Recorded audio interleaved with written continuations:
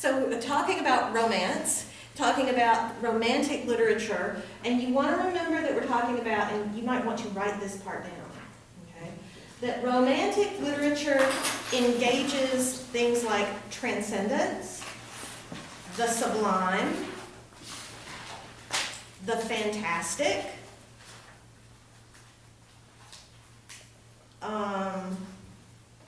things that might not, well, I mean, Kubla Khan, in Xanadu did Kubla Khan a stately pleasure during the Cree, where out the sacred river ran through caverns measureless to man down to a sunless sea. It sounds really weird and not real, and you've got, like, you know, the sounds like a woman wailing for her demon lover. I mean, anybody encounter a woman wailing for her demon lover in the parking lot out here? No, okay, good. So that we don't encounter these things. You were? She's waiting for her demon lover. She's waiting for her demon lover. Okay, not wailing for it. Okay. Yeah. So, see, it was that left-handedness. I knew it. No. Okay. So she's going to leave. Okay. So it's this idea that there are fantastic, mysterious things, elements, right, in romance. Hawthorne is mentioned in the middle of 1001. After those two little lines there that are quoted, though our handsome sailor had as much of masculine beauty, Belloom, I guess, as one can expect anywhere to see, nevertheless, like the beautiful woman in one of Hawthorne's minor tales. Have y'all read The Scarlet Letter? Does anybody know? Okay, so if you remember Hawthorne's Scarlet Letter, do you remember, it's like, there's Dimmesdale, it's like he's supposed to have that scarlet A emblazoned on his chest, right? Right. And maybe there's an A that, you know, like a shooting star, like, lights up the sky in the shape of an A. It's not like this, yeah. And it's I'm trying to remember, it was like a junior year. okay, yeah, it's been a while probably. So it's kind of mysterious. And then you've got Chillingworth, who's like the devil. And so you've got all these things that are, I mean, it makes a good kind of, it's a romance, but it's also kind of a Sick. creepy story. You've also got in Hawthorne things like, Hawthorne also writes young Goodman Brown, who goes to, it's not clear whether he dreams it or whether it's real, but he goes and goes to a satanic service in the woods, and there's a fire, and it's all mysterious, and things that are miraculous things happen. So Hawthorne is writing in a romantic, to some extent, I guess, Gothic mode, okay? And he's saying here, I mean, Melville knew Hawthorne, they had met, and so he says, he's talking about Hawthorne's minor tales, and he says that Billy Budd could have been like one of Hawthorne's characters, but there was just one thing amiss in him, and what was the thing that was different? Stutters. Yes, he stutters, exactly. So he's not like one of Hawthorne's amazing, miraculous characters. He's just an ordinary guy who's even got a stutter. See, there's nothing special about him.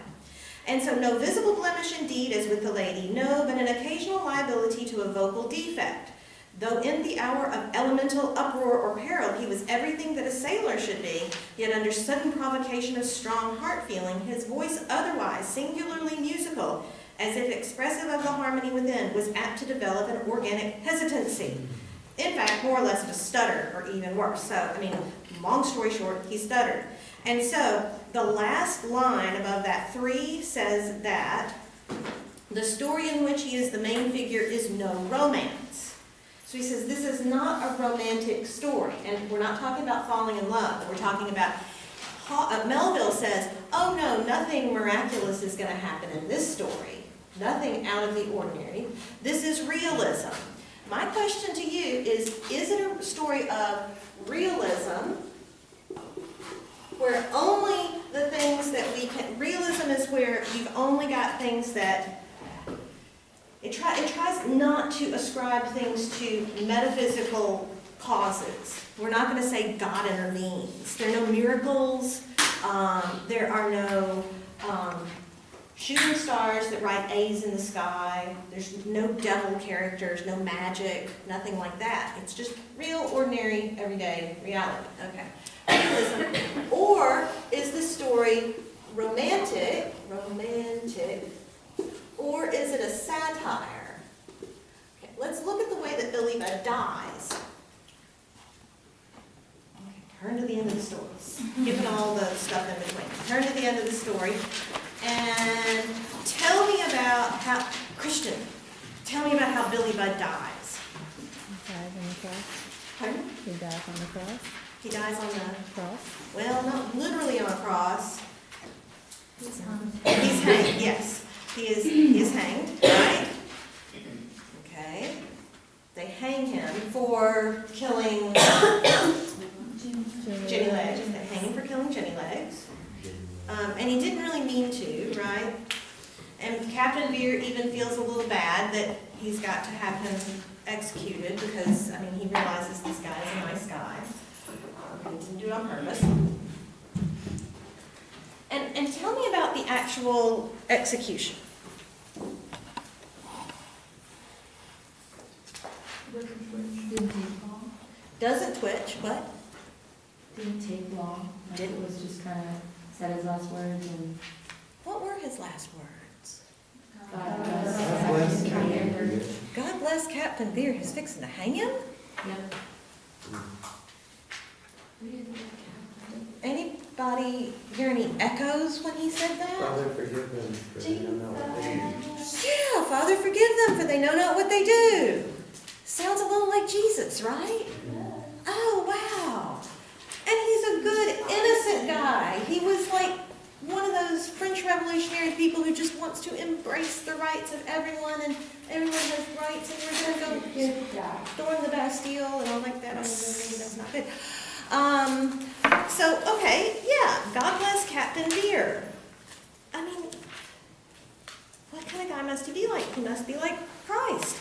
Now, let's look at the bottom of 1043, and I'm going to get, would you read for us? You don't have a book, okay.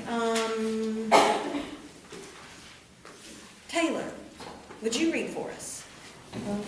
Okay, at the bottom of 1043, and do you mind being,